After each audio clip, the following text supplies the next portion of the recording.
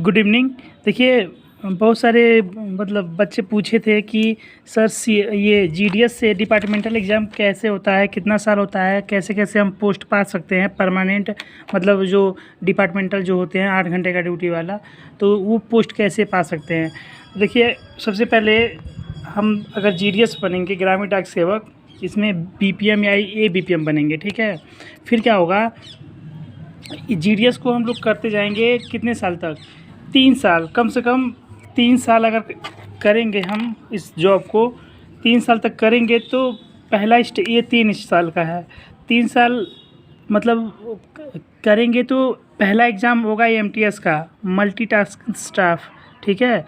Multitasking staff का exam होगा। इसमें एलिजिबिलिटी वही होता है जो जीडीएस के लिए है कि 10th पास होना चाहिए, ठीक है। इसमें 10th पास होना चाहिए। बाकी आप अगर जीडीएस है तो 10th पास होंगे तभी तो जीडीएस है, ठीक है। 3 साल के बाद आप एमटीएस बनेंगे, मल्टीटास्किंग स्टाफ। अब देखिए, इसका एमटीएस का सैलरी इस समय लगभग 25,000 से 30,000 के बीच में है, ठीक है। ये बढ़ता रहेगा आपका, जैसे जैसे महंगाई बढ़ेगा हर साल फिर इंक्रीमेंट लगेगा, ठीक है। ये बढ़ता मतलब इसके 25 से एबव रहेगा, ठीक है, आपका सैलरी एमटीएस का। 8 घंटे का ड्यूटी। और इसमें देखिए काम क्या होता है, काम आपको कुछ भी करा सकते हैं लोग, ठीक है।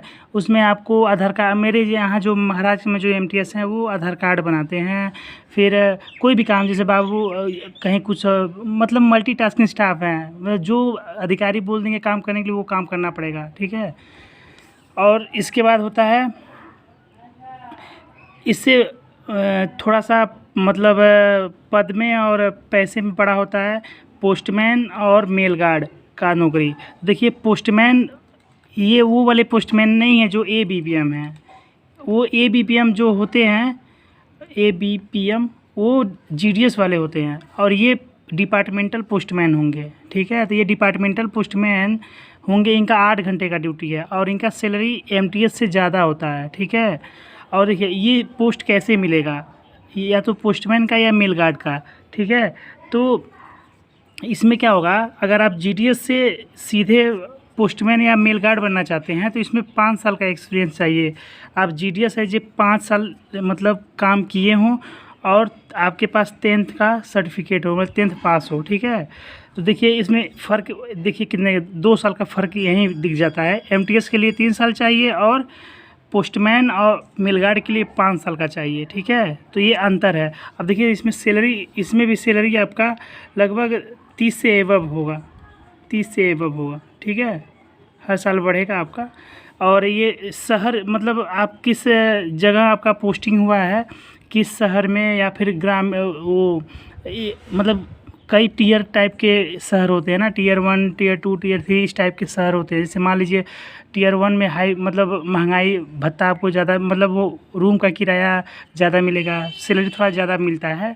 जो टियर 1 ग्रेड के जो शहर होते हैं, जैसे दिल्ली हुआ, मुंबई हुआ, ये सब हुआ।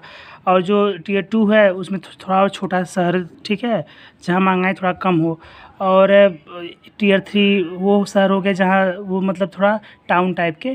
तो अलग अलग होता है इसका सैलरी, इसका वेरी करेगा 30,000 से एबव, ठीक है।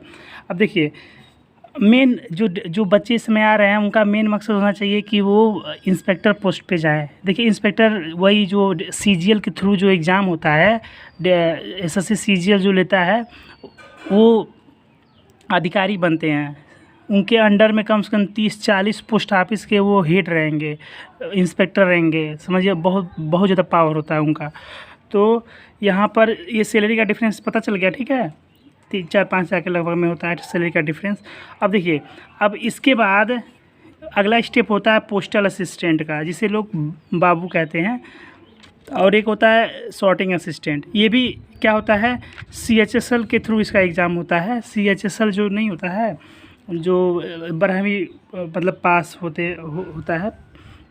अब इसमें देखिए, ये पोस्टल असिस्टेंट या सॉर्टिंग असिस्टेंट बनने के लिए आपको, अगर आप पोस्टमैन हैं, सरकारी या मेल गार्ड है, तो उसमें 3 साल का एक्सपीरियंस चाहिए।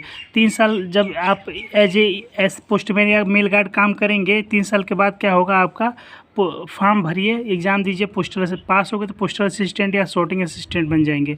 अब देखिए, इसमें भी सैलरी आपका वेरी करता है, लगभग 35,000 के ऊपर एबव रहता है, ठीक है।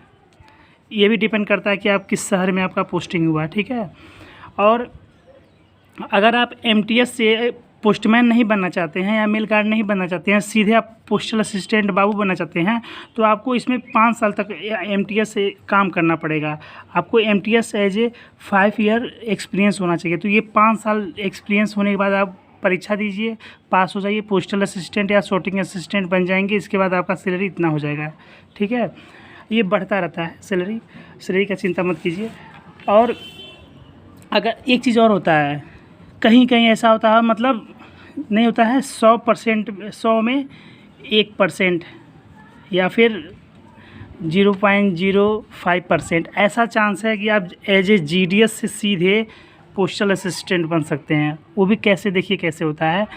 क्या होता है, ये इसमें पोस्टल असिस्टेंट में मेल गार्ड और पोस्टमैन और एमटीएस के लिए सीट फिक्स होता है, मतलब रिजर्व होता है। इनके लिए रिजर्व होता है कि इतना सीट इन लोग के लिए रिजर्व रहेगा, ये जो ये रहेंगे यही पोस्टल असिस्टेंट बनेंगे, ठीक है।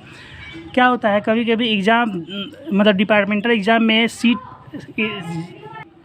तो इनके लिए क्या होता है, ये सीट फिक्स होता है इनके लिए। तो क्या होता है, डिपार्टमेंटल एग्ज़ाम में अगर मान लीजिए सीट नहीं भरा, तो क्या होता है, वहाँ पर चांस बनता है डिपार्टमेंट इनको मौका देगा। वो बता रहे ना, 100 में 1 लोग को 1% चांस होता है या 1% से भी कम होता है। तब जीडीएस से सीधे आप 5 साल एक्सपीरियंस है तो सीधे, और एक चीज़ और, 12वीं आप पास होना चाहिए आपके पास।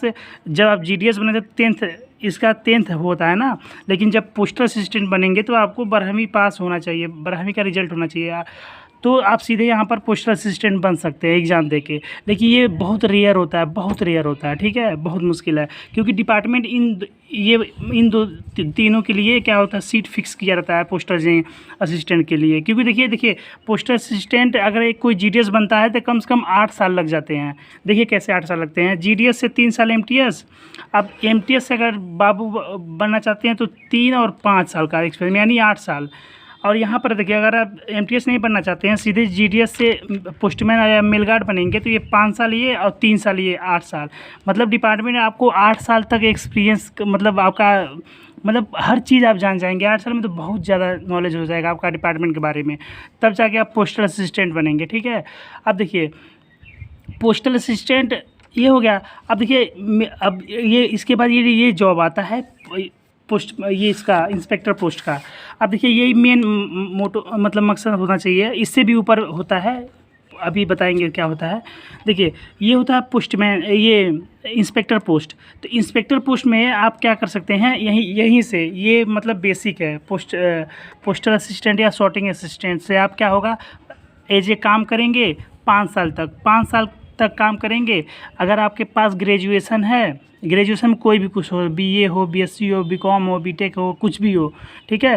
5 साल तक काम कीजिए और एग्ज़ाम दीजिए डिपार्टमेंटल एग्ज़ाम में अगर आप पास हो गए तो सीधे इंस्पेक्टर पोस्ट बन जाएगा। और देखिए ये पोस्ट बहुत पावरफुल होता है। ये पूरा सब लोग इनके अंडर में आते हैं, और इनके अंडर में कम से कम मेरे एचओ में 29 पोस्ट ऑफिस हैं जिनके ये हेड होते हैं, मतलब एक अधिकारी होते हैं, ठीक है, यही हेड होते हैं।